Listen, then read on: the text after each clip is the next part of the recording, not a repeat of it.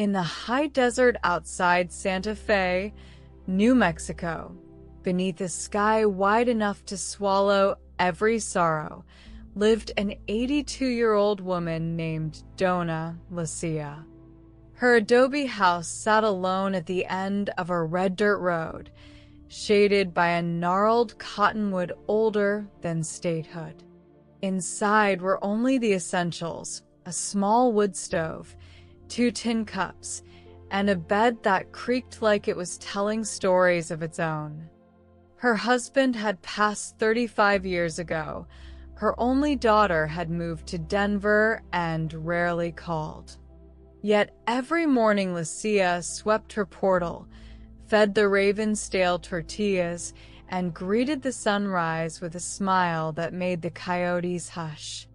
That summer, 19-year-old Isabella came from Albuquerque to stay with her abuela. College entrance exams had crushed her dreams of nursing school. Her best friend had ghosted her after a vicious rumor, and her parents' constant comparisons left her feeling like a permanent failure. She spent evenings on the porch steps staring at nothing, whispering, "Why does everything hurt?" One dusk, she noticed Donna Lucia sitting under the cottonwood, scattering crumbs while humming an old Spanish lullaby. The old woman's eyes shone like she carried secret starlight. After days of watching, Isabella finally walked over. "Abuela Lucia, may I sit?"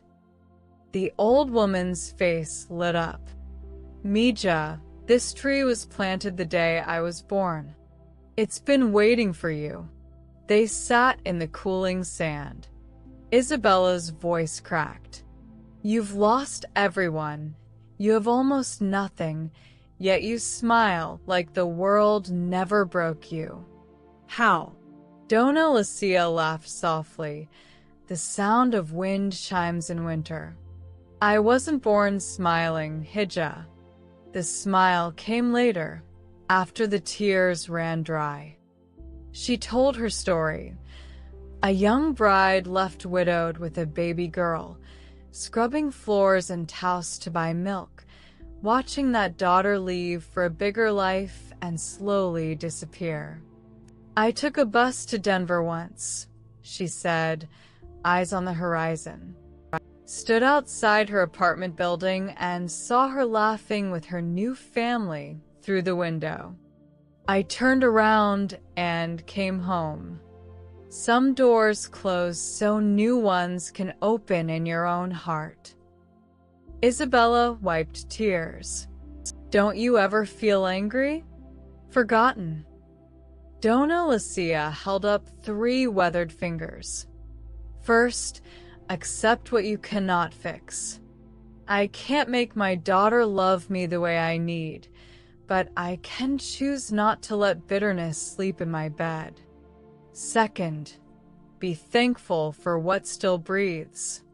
I have this tree, the ravens, the smell of pinyon in the air, and a heart that still beats. Gratitude doesn't care how much you own. Third, give more than you grab. I teach the neighbor kids to read, leave beans on doorsteps when someone's sick, feed the birds that feed my soul. Giving reminds me I still matter." Isabella felt something loosen inside her chest. That night they sat under a blanket of stars, sharing stories until the Milky Way blurred with tears and laughter. When Isabella returned to the city, the failures and betrayals were still there, but she woke each morning naming 3 things she was thankful for, let go of the friend who hurt her, and began tutoring kids at the community center. Donna Lucia's smile never came from a perfect life. It came from choosing peace over pain, gratitude over grief, and giving over grasping. Moral of the story: happiness isn't waiting for life to stop hurting.